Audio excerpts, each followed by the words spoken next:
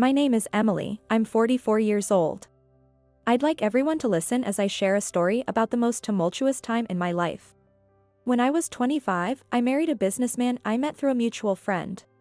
After getting married, I wanted to be a homemaker, but the recession didn't allow that. I continued working at the salon I'd been at for years, skillfully using maternity and childcare leave while raising my daughter, Sophie. Up to this point, it was a pretty ordinary family. Well, maybe it was a bit tough back then since everything was a first experience for me. But day after day, my child was adorable, and I loved my husband. We didn't have any in-law issues. In fact, my mother-in-law and father-in-law adored our daughter and helped with childcare, so I never felt it was too hard. I thought I was surrounded by many kind people, leading a peaceful life. By the time my child turned 10, the honeymoon phase had faded, and we had become a very settled couple.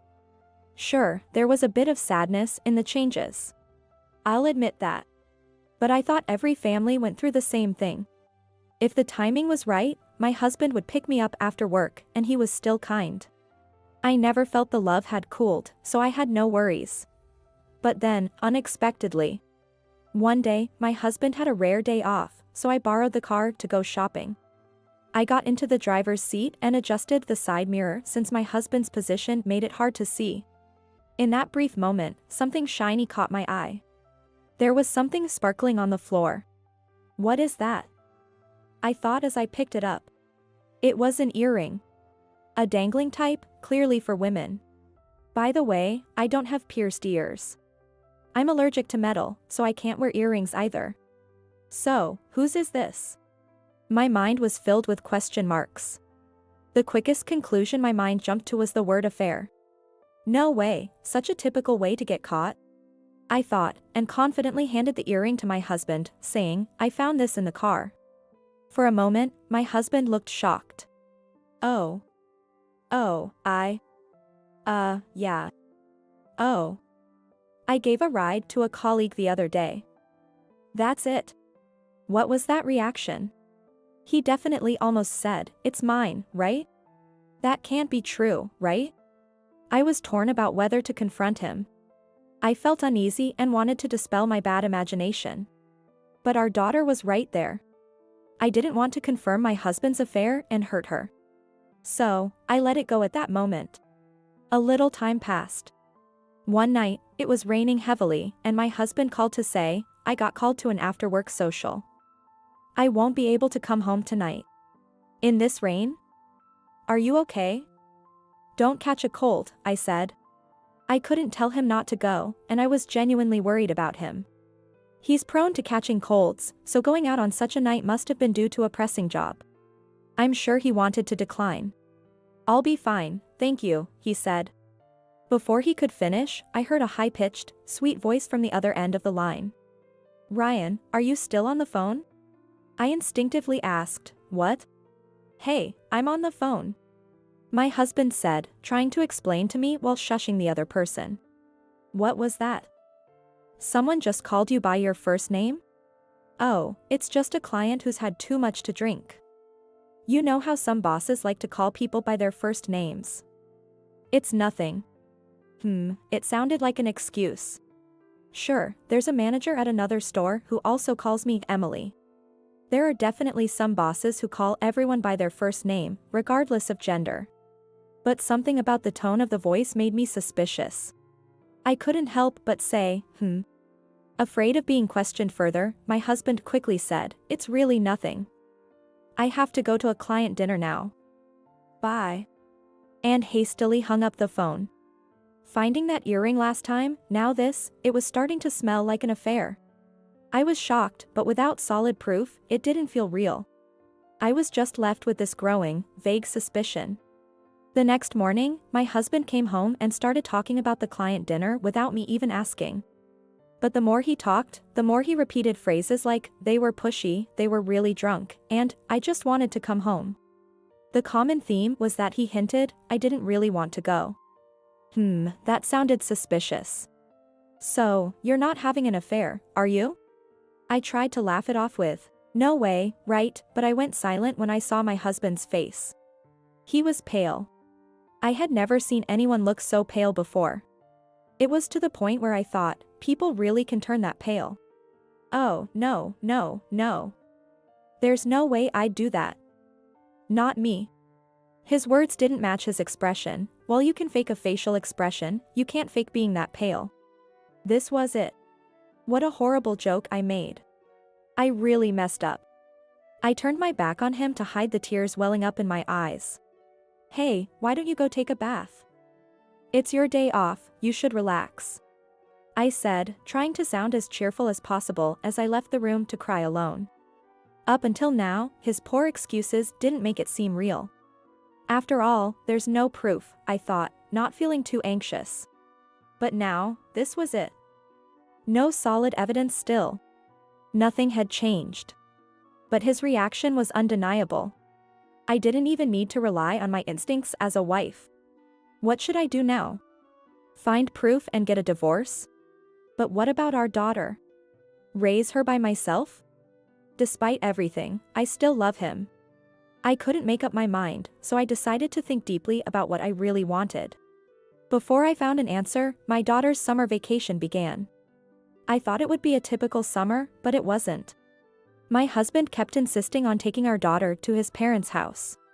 He usually found it stressful to visit his own parents and would often say, "We can go anytime, it's just a town over." And didn't want to go back often. Plus, my work was busy during the summer vacation. A visit to his parents' house would mean staying over for several days. Even though it was close, the time our daughter could spend with her grandparents was limited. But during this time, I couldn't take long vacations. Does he know I can't go with them? As I thought about it, I remembered that this summer was already different from the others. Right. My husband is having an affair. Maybe he's using this trip as an excuse for something. If I'm lucky, I might get some proof of his infidelity. Thinking I needed evidence to make a decision, I decided to let my husband and daughter go on the trip alone. The day of the trip. My husband was unusually cheerful as he said, "We're off," and drove off with our daughter to his parents' house. Something was definitely off. He usually acted like it was a chore. But I had no idea what was actually happening, and the distance to his parents' house made it difficult to get any evidence. After they left, I searched the house but found nothing. As expected, it wasn't going to be that easy. I kept in touch with my daughter using the voice message function on her GPS device. But I was starting to think I should just give up on finding evidence. The next day, despite staying up all night searching for clues and finding nothing, I went to work exhausted. Everyone was worried about me, but I just said it was too hot to sleep and laughed it off. I exchanged messages with my daughter during breaks, thinking it would be another uneventful day. But then I noticed something strange.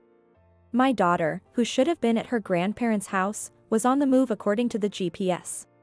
The GPS showed she was moving. Sure, they might go out somewhere, but my daughter was heading towards a street lined with bars. I had a bad feeling.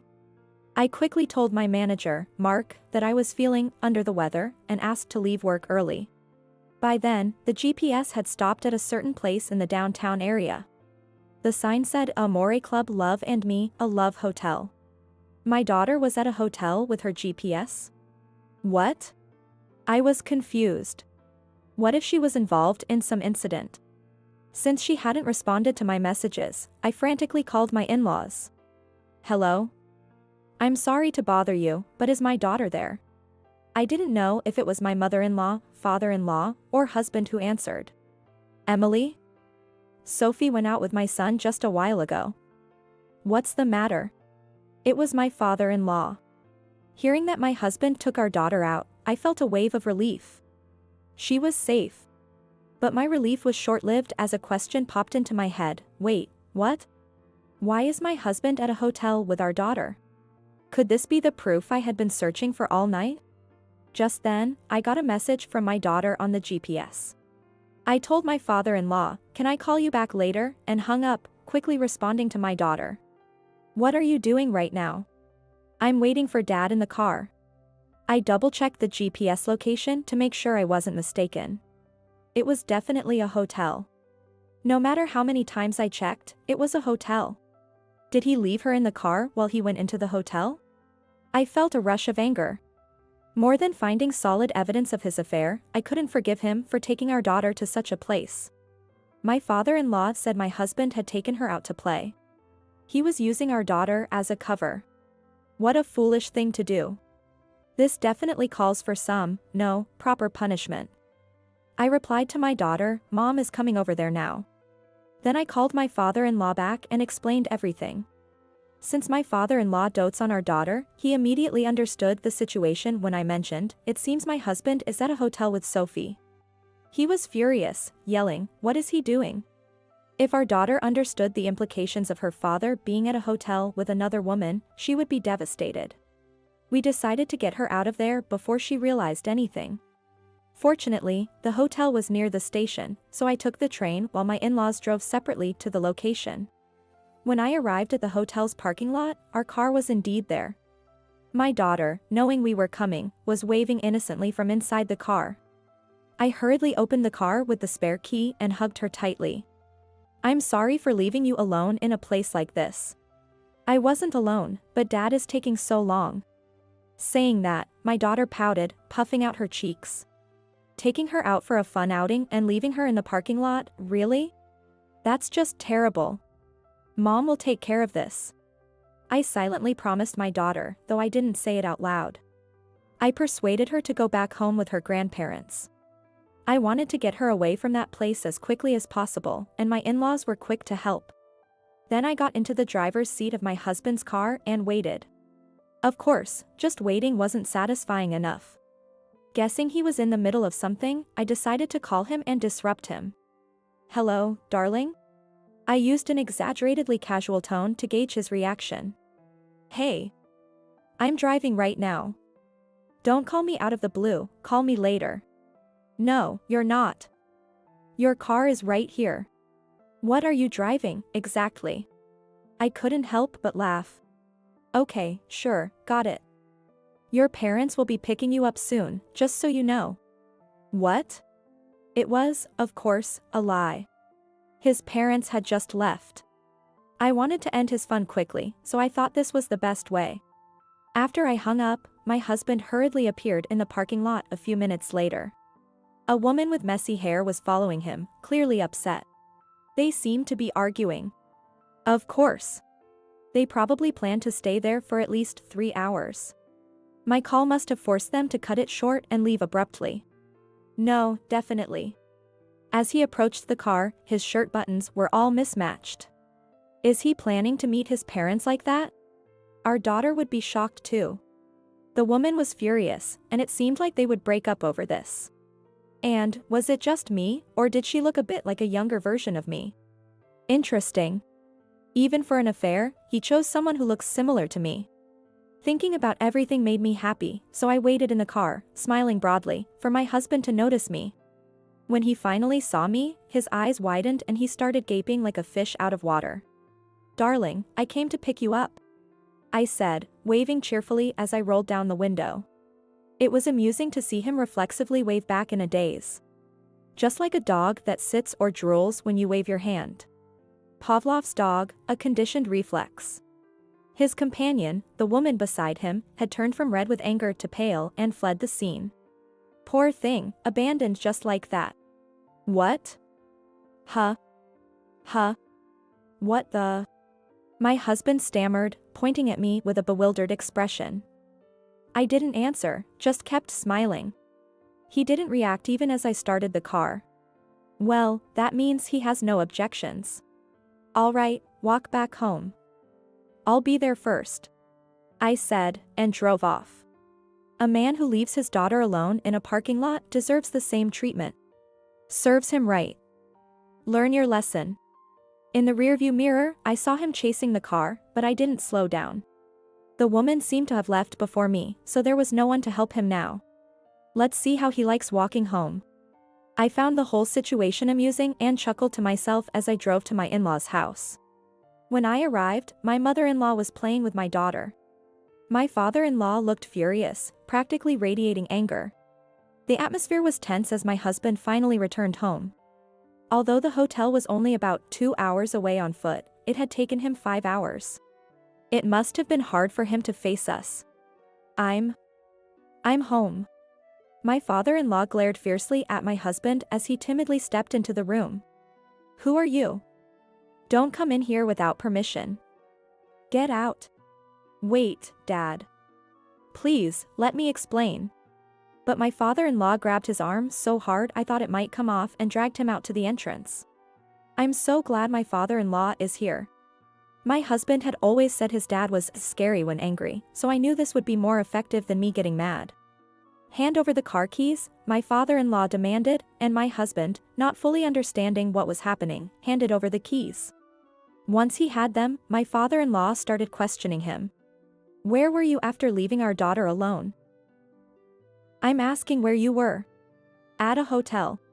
My husband couldn't even stand up, his voice getting smaller. I knew it. Who were you with? You weren't alone, were you? Speak up. If you lie, you'll spend the night outside. My father-in-law is someone who gets things done if he says he will. He'd taken the keys so my husband couldn't escape. Realizing the gravity of the situation, my husband started sweating. Cold sweat. She's a temp from my company. He muttered, hanging his head. Speak clearly. If I have to drag every detail out of you, you'll be spending the night outside, my father-in-law threatened. How scary, though as I watched from behind with a smile. Tears welling up, my husband started speaking in broken sentences. He confessed that he initially approached the temp because he thought she was cute and just wanted to chat a bit. But she was surprisingly enthusiastic, and before he knew it, they were having an affair. He admitted that being admired by a younger woman made him feel good and he got carried away. Personally, I found the phrase, "the temp was cute," somewhat comforting. I thought she looked a bit like me, so in a way, it felt like a backhanded compliment. But that didn't mean I was going to forgive him. I had made up my mind about what I wanted to do. I understand. Call her right now and end it. Cornered by my father-in-law, my husband called the woman as instructed. It's me. I'm sorry about today. As soon as the call connected, a furious voice shouted. I don't want anything to do with you, followed by the sound of the call being disconnected. Well, it's over now. My husband said, though it seemed more like she had dumped him. Too bad, dear. You didn't end it. That's not sincerity. You're such a spineless man. My father-in-law scolded, making my husband shrink even more. Do you even feel bad for Emily and Sophie? He yelled. Of course I do, my husband finally answered loudly. I'd like to strip him of his clothes and throw him out, but Emily, what do you want to do? Caught off guard by the question, I thought for a moment. The truth is, I don't want to break up, or rather, I don't want to let him go. I believe my daughter and I could live happily on our own, but I still love him. The next thought was that I didn't want him to ever cheat again. That was all. Divorce. As soon as I whispered that, my husband visibly flinched. Please. I beg you. Please, don't divorce me. I was wrong. Betraying you and Sophie was the worst thing I've done.